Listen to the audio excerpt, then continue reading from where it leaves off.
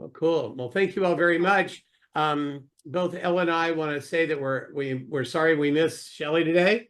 Shelley had eye surgery yesterday and is recovering and happily recovering.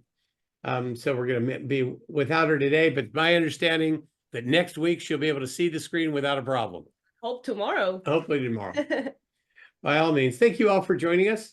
And for those of you that are listening to this on a recording after the fact, which will be a much larger group given history, I'm going to be inviting today AJ to our call.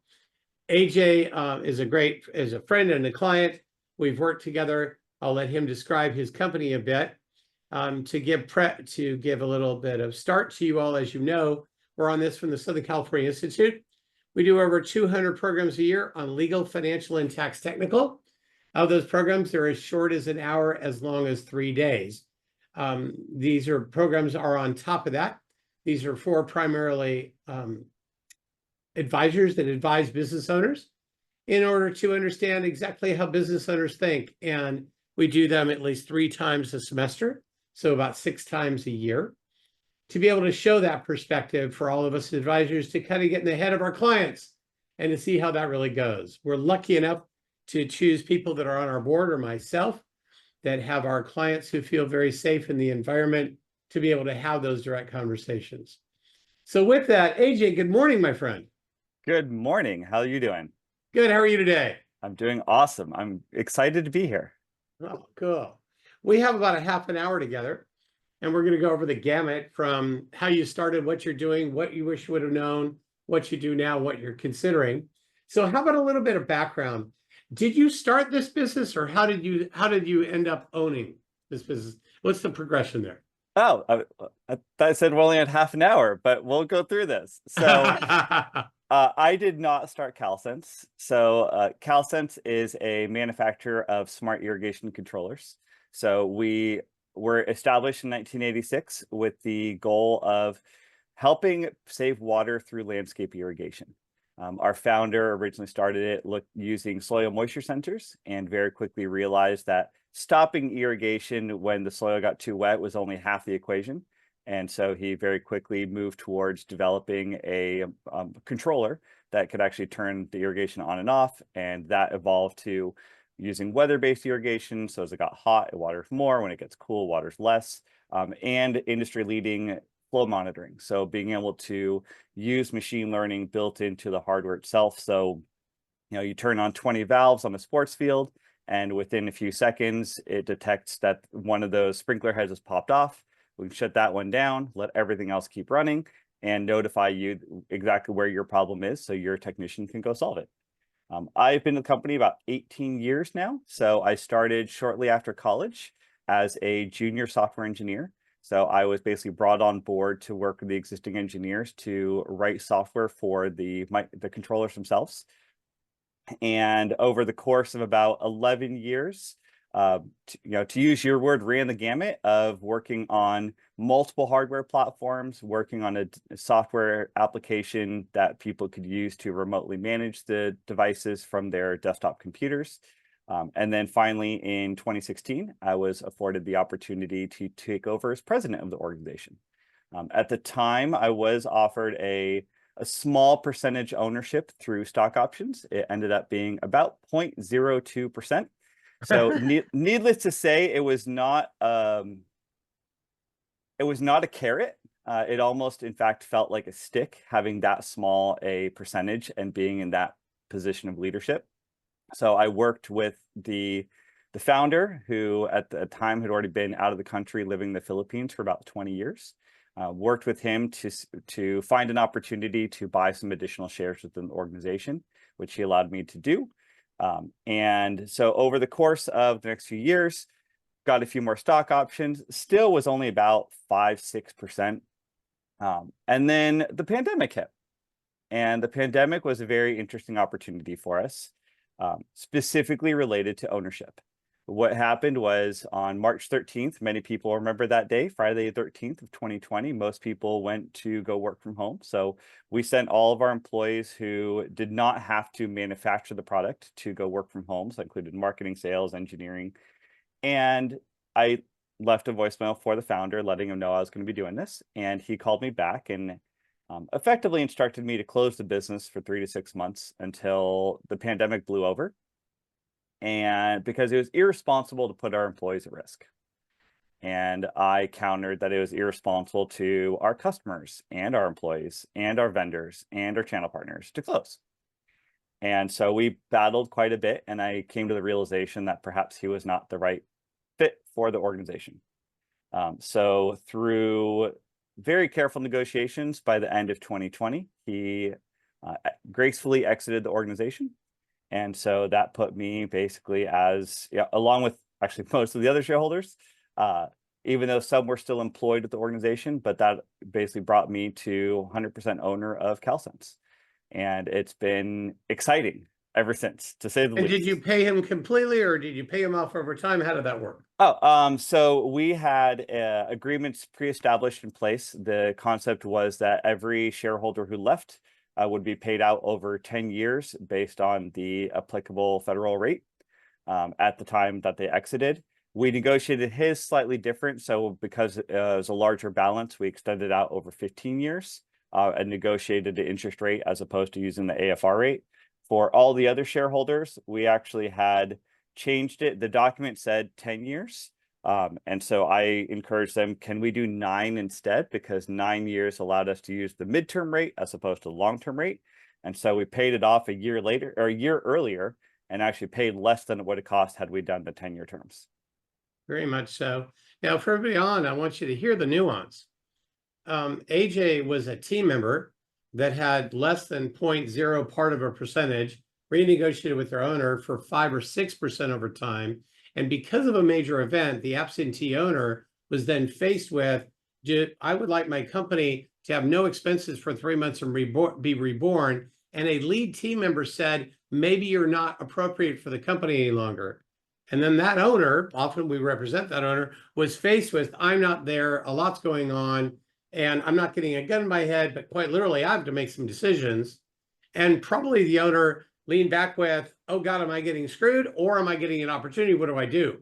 By all means, we're now dealing with the owner, AJ, who's built a company, doesn't want to repeat the same mistakes the prior owner does, where somebody comes to him one day with, you're no longer appropriate for the company, Absolutely. but very involved. So AJ, when you became the 100% owner, what kind of advisors did you have around you to acquire that? Quite a bit. It started with a gentleman who's local here in San Diego, who basically works as I'm gonna say a therapist for business owners. So the idea being that he was hired by the company, so he basically represented the best interests of CalSense. And so he worked directly with me and our founder to work together to see if, was there a middle ground where, there was an opportunity to retain some ownership? Did it make sense for, the company to, take on the full debt of this long-term exit, whatever it may be? So he was the one that really started kind of opening up the doors between the founder and myself. Then I very quickly realized there's going to be quite a bit of financial dealings as a result of this. And, coming from the engineering world, I have a business degree from Cal State San Marcos, but a single finance and accounting course isn't going to cover what I needed to be able to develop pro forma financials and things like that. So I did bring in a fractional CFO as well. And at the time we were working with a fractional accounting service, and we ended up hiring a full-time controller on staff as well. And so between the full-time controller and our CFO, we were able to really model out all the different avenues that things could work within the organization, depending on what the founder felt he was willing to do. And that gave me the confidence that, if Ralph exited, that we would have the opportunity to continue to help the business grow, even with some of that debt on the books. Now, the business itself, gross and net, from the day you took it over, when there was a no, we're not shutting down the pandemic, to now, have the gross and net changed over these last 4 years? They have. So we have certainly grown. The challenge we have is, and this is just, I don't want to speak ill of anyone, but there had been a decision many years ago that because at the time we were an S Corp, that all of the profits of the business would flow out to the shareholders at the end of every year. So when I ultimately took over, there was no cash in the business because it had been consistently pulled out of the business. And so really needing to lean up and identify what are the best ways that we can grow this business on a very narrow cash reserves. So we've done a lot of work to make some improvements. However, that continues to haunt us because we do have these former shareholder payments, and that needs to come out of our operating cash flow. And so it does take some, we've got some payments that go out every year, paid out quarterly. And so that definitely does hinder some of the growth that we can achieve because we can't hold on to that money. But it's very rewarding to know that everything that we do, that we as myself and the team that I have around me, that we're in control of our own destinies. Previously it felt like, even as president, I was basically being told what to do by somebody who wasn't even part of the organization anymore. And those weren't always in the best interest of the organization. They were often in the best interest of him or some of the other shareholders. So, as you took the business over and you went from the engineering side and all the other roles, you identified pretty quickly you needed some accounting help. So there was a fractional CFO and a part-time bookkeeping that turned into a full-time bookkeeper and maybe the fractional CFO. What were the other things in the last 4 years of outside professionals that you thought you needed that did not go well, and you thought you needed did go well? That's a great question. I have them. Yeah, clearly. I will say that over time, inheriting an organization effectively presents its own unique challenges, not just from an internal staffing perspective, but also the organization's trusted advisors, because some of those trusted advisors were not my trusted advisors. Yes. So, very quickly came to realize that, our insurance broker at the time had, and I don't know if it's by the direction of the broker or the former president, had very directly underinsured the organization. So I'm like, okay, well, we need to correct that. So found through an organization I was part of to meet other CEOs, met a really great attorney who offered to kind of help review some of our documents. He suggested a new insurance broker that has gone absolutely phenomenally to work with them. I also got a new CPA.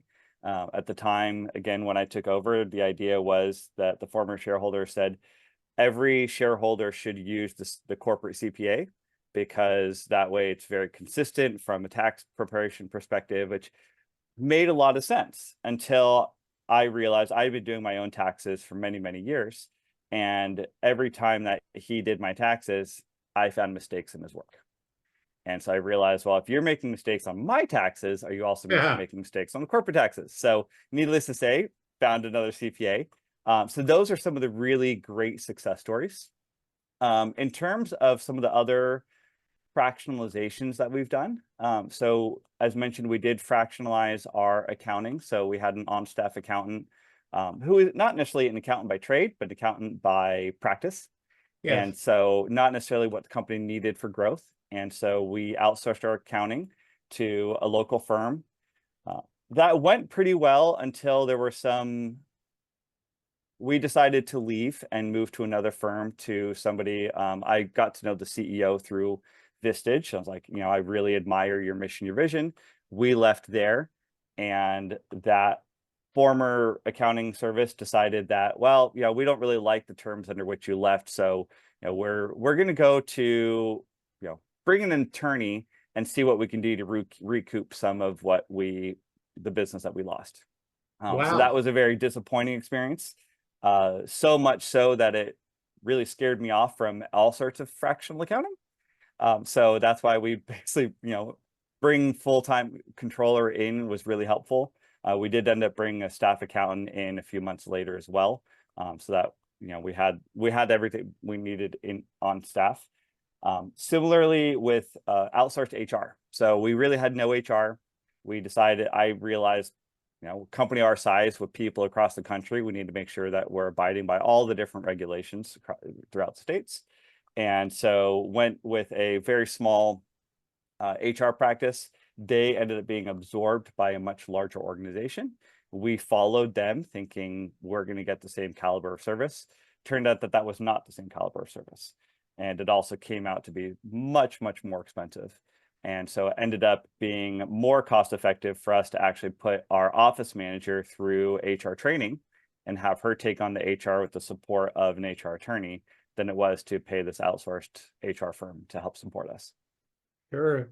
And as the audience is starting to hear, and most of you know this, but Vistage is an organization across the United States and actually worldwide, but most of the United States, where Vistage chairs, somebody who has an experience in corporate America and or private business, is vetted and then trained, and then gets groups of CEOs. And what I mean by CEOs, they're owner CEOs. So they're entrepreneurs who run their organizations like AJ together to then run them through their paces over a once a month, once a quarter, every 2 months, depending on the group, and then private meetings. And what AJ is suggesting was it wasn't the Vistage chair that introduced him to the others, but other CEOs, as they compared, said, I've got this stress. How are you doing? Do you like yours? Do you like mine? And AJ, you trusted and have trusted those other CEO owners to give you advice on who to hire or not, correct? Absolutely. Yeah. And have you had any of those introductions? Like, was that fractional accounting firm, was that a recommendation from another CEO, or was that something else you found? So the first one was one I found. And I don't recall, we interviewed 3 different organizations. Unfortunately, one of them had a conflict of interest because one of our employees' sons worked for them. Like, well, it feels a little odd. Yes. So we landed on this one. The one that we migrated to, the gentleman actually was in my Vistage group. So he was actually a CEO, which is, typically, to your point, if Vistage members are going to do work together that are in the same group, typically, we run that through the chair just to make sure that there's no conflict. And he said, hey, as long as you guys can be mature about it, I can be mature about it. But just recognize if you guys get in a fight, one of you is getting kicked out. And AJ, you're the newest one in the group, so you're probably going to be the one. So that was fair. And honestly, that working with him was a fantastic experience, but it just having that previous experience just was so off-putting and just frustrating that it didn't feel good anymore. Now that you know what you do, what would you give advice to other CEOs as they hunt for advisors? What should they be looking at? Is it technical ability? Is relational? How do you just trust your buddy who tells you? What have you learned from this scarring and bruising? So and success. The first thing for me is these advisors typically are not inexpensive. And so always looking for, the 2 things I look for are, do they have to use your term, the technical aptitude in the expertise in the specific area we need support in? But more so, can they work with me? I have a very aggressive personality type. If you look at the DISC profile or predictive index or many of these different platforms that you can use to identify behaviors or how people communicate, I'm typically off the charts dominant. So for example, predictive index, I'm 4 standard deviations away from the center, which I think ends up being like 99.85% more dominant than the average person. And so I need people who can handle me at my best and me at my worst. So when I get very, very stressed, those things come out. Those behaviors start to exhibit themselves. I also am neurodivergent. I have ADHD and obsessive compulsive personality disorder. And so those are also traits that I need to... You're not an engineer, are you? No, not at all. So those are things that also have a tendency to come out when I get too stressed. And so finding those people can be challenging because, it's a very tedious process of going through interviews and meeting with them one-on-one, both talking about the actual work that they're going to be doing and how, where we are and what we're looking for, but then also trying to almost instigate to create an environment where there's a bit more, I don't say hostility, but I don't necessarily have a better word. Let's call it friction. Friction, yeah. So where we can both see how we react when we're both under quite a bit of pressure.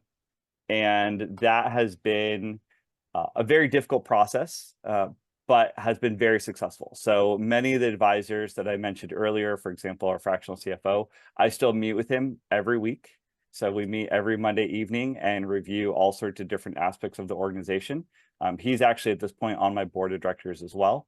I've also recently engaged with another service provider here locally in San Diego, who runs an organization to help with strategic initiatives and brings all sorts of resources to the table to help achieve some of those. And it was just over very simple breaking bread, was able to find a way to create some of that friction. And and she and I mean, we both jumped down that rabbit hole together head first and came out just in the most amazing way. Like, I think this is going to work phenomenally. And so they're starting to mesh both with me, but also my senior leadership team to help with some executive coaching and things like that. And it's exciting, but it is a challenge. And that relationship is really almost more critical than the technical aptitude. I've always said within a business, I can teach somebody to do whatever I need them to do, as long as they are the right person in the right seat, so cultural fit and things like that. With trusted advisors, obviously, you need that higher skill because you are spending quite a bit of money to get there. But it is, once you find those advisors, don't let them go. They can really help elevate you and the organization. And you're saying not to let them go if they both have a technical aptitude and they have a way to interact with you. Correct. And then they interact with the other people around you. And that depends on what the advisor is. Correct. You just suggested to me that their technical aptitude, which is what in our industries we try to promote, is important, but almost less important than being able to help you be your CEO and owner self. Correct. When you are in a good mood, when you're in a bad mood, and when you're in between. Yep, absolutely. Very cool. So I'll take 2 minutes if anybody wants to raise their hand or open their mic if they have a question. We have one question in the chat from James. Is there a continuous royalty payment to original owner? So James, thank you for the question. AJ, I'll repeat it. Is there a continuous royalty payment to the owner, the original owner? Are you still in your payout period? So we are still in the payout period. So, however, that's not structured as a royalty. It's more as a long-term note. So basically, it's we are making quarterly payments to him, but there are no royalties in addition to those payments. So as the business, if the business would have tanked, you would have still owed the money. As the business went up higher, you don't owe him any of the upswing. It's a solid note at a particular percentage rate. Correct. So, and these notes are not guaranteed either. So they're not personally guaranteed. They're guaranteed only by the company. Correct. So if the business were to fail, which obviously I won't allow to happen, but if the business were to fail, then they're out the remainder of their payments. Now, I have a little inside information on this as well. You also looked towards that original note and talked about a renegotiation of that note part of the way through, correct? Yes. So we have not pulled the trigger on that yet, but it has been a discussion point, particularly this year, simply because our industry as a whole seems to be in a somewhat, I'll say, slump. So we actually seem to be bucking the trend, which I'm excited about. But because we sell, which I didn't really discuss, we sell primarily to municipalities and school districts, college universities. So it's a long sales cycle. So if our industry is feeling the slump this year, then there's a likelihood that in the next 18 to 24 months, we'll feel that. So we're kind of the lagging indicator of that. Yes. And so I want to do everything we can to position the company so that we can, if we feel that within 18 to 24 months, that we can grow outside of that.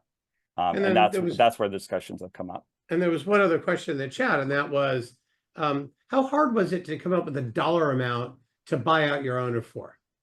Extremely difficult. So he threw out a absolutely ridiculous valuation. And prior to this, I will say we used a local service provider to do a valuation for tax purposes Yes. for the owners every year. So he proposed roughly 3 times what the company was valued at. Oh, God for him. Yeah, so I threw out a equally ridiculous $1 million valuation, and then kind of said, "Hey, we both of us recognize that this is not, neither of these numbers are reasonable, so let's work together to come up with something that is reasonable." And so it was a lot of back and forth.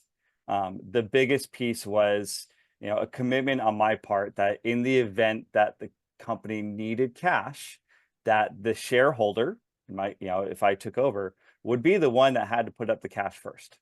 Yes. And that is something that the former shareholders never did, never needed to do. And I don't believe they ever even discussed.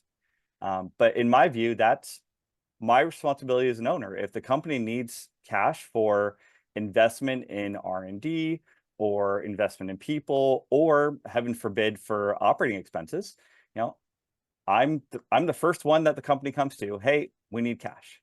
And so I made a commitment to him that I would do that. And I have absolutely invested in this organization as after taking over as owner to help facilitate our continued growth. And so that helped.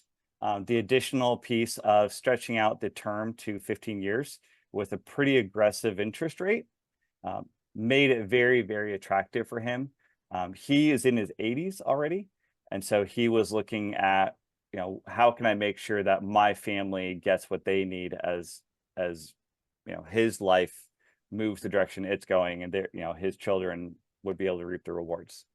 Very much. For the audience, kind of recapping, you definitely heard that AJ was a team member that got to walk in a room and talk to an owner and say, with the organization, you're no longer a good fit for the organization. So think about that owner for a minute. If you were their advisor, what would you advise? And he was an absentee owner for a period of time. And eventually the troops said, apparently you're not good for the organization. Let's figure this thing out. The advice you just did, we're willing to shut down and not come back. You've got no company. So what does that feel like for him if you were that advisor? Also, as you're advising those advisors like AJ now to make sure he doesn't become an absentee owner. And that happened, very unique. But also for AJ taking that over, how he realized that the advisors that were with that owner were not loyal to him. And as those advisors had the opportunity to step up to the owner, AJ, and say, I'm here for you, they didn't. They didn't proactively. As far as how AJ acquired the other advisors, he acquired those other advisors by speaking to other business owners that he heard about their businesses often, in this case, the Vistage Group, and found that advice from the other owners more important than advice from the advisors on who to get, except for the one attorney that brought an accountant. Over time, as he's identified, AJ is self-aware enough to say, I need technical ability, but I need somebody I relate to. So the more they talk to me about what they can do and technically, and the less they talk to me about listening to me with my quirks, I'm not interested, no matter how good they are. In fact, their technical ability is less valuable. The more you talk about that, the more I don't want to have you. And AJ was self-aware enough to say, I've got good days, medium days, and bad days.